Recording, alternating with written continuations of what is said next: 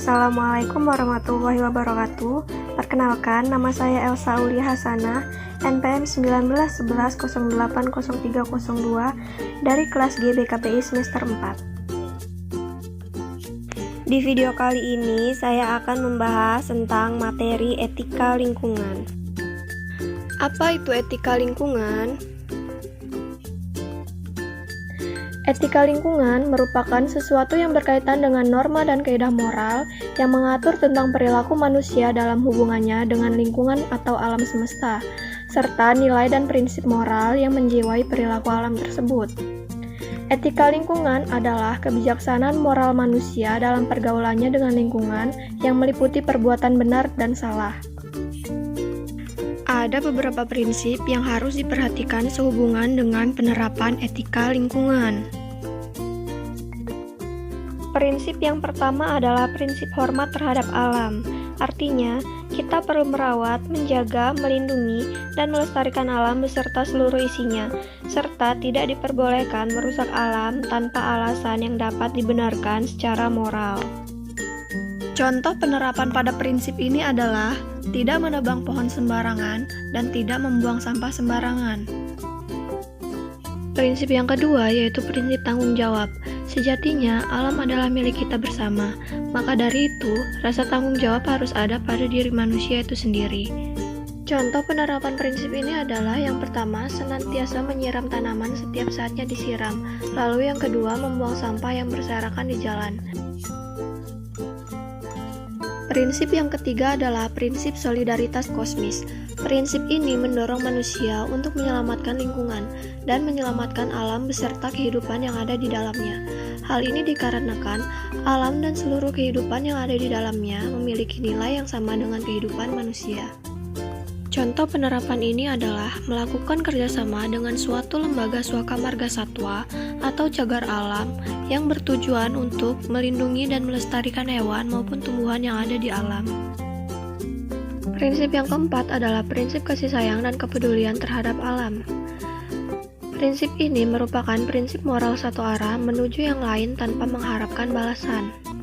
Contoh penerapan pada prinsip ini adalah menjaga kebersihan lingkungan sekitar yang dimulai dari ruang lingkup terkecil seperti rumah kita sendiri, seperti halnya menyapu, mengepel, membuang sampah, dan menyiram tanaman. Hal tersebut merupakan contoh penerapan pada prinsip ini. Prinsip yang kelima adalah prinsip tidak merugikan. Artinya, manusia memiliki kewajiban moral dan tanggung jawab terhadap alam, atau paling tidak manusia tidak akan mau merugikan atau bahkan merusak alam secara tidak perlu. Contoh penerapan pada prinsip ini adalah yang pertama tidak menyakiti hewan, yang kedua tidak menyebabkan punahnya spesies tertentu, dan yang ketiga adalah tidak menyebabkan kebakaran hutan. Seperti yang kita tahu, banyak pemberitaan bahwa ada beberapa oknum yang memperjualbelikan terenggiling secara ilegal. Kita tahu terenggiling adalah salah satu hewan yang hampir punah. Maka jika hal tersebut berlangsung, maka yang akan terjadi adalah berkurangnya populasi terenggiling atau bahkan menyebabkan kepunahan. Nah, hal itu yang harus kita lawan menggunakan prinsip ini, yaitu dengan tidak menyebabkan populasi hewan tersebut hilang atau punah. Prinsip yang keenam adalah prinsip hidup sederhana dan selaras dengan alam. Prinsip ini menekankan pada nilai, kualitas, serta cara hidup, dan bukan menekankan kepada kekayaan, sarana, dan standar material. Contoh penerapan pada prinsip ini adalah tidak melakukan pengeksploitasi sumber daya alam yang ada di bumi secara berlebihan. Contohnya adalah eksploitasi kayu. Jika suatu oknum tertentu melakukan eksploitasi terhadap kayu itu secara berlebihan, maka hal itu akan berdampak buruk pada alam itu sendiri. Yang ketujuh, prinsip keadilan. Prinsip keadilan lebih ditekankan pada bagaimana manusia harus berperilaku adil terhadap yang lain dalam keterkaitan dengan alam semesta, juga tentang sistem sosial yang harus diatur agar berdampak positif bagi kelestarian lingkungan hidup. Contoh penerapan prinsip ini adalah melakukan kerja bakti di lingkungan sekitar rumah. Tujuannya adalah untuk menciptakan tempat yang aman, bersih, dan juga sehat. Yang kedelapan ada prinsip demokrasi. Prinsip demokrasi memberikan tempat seluas-luasnya bagi perbedaan, keanekaragaman, dan pluralitas. Contoh penerapan prinsip ini adalah melakukan observasi terhadap lingkungan.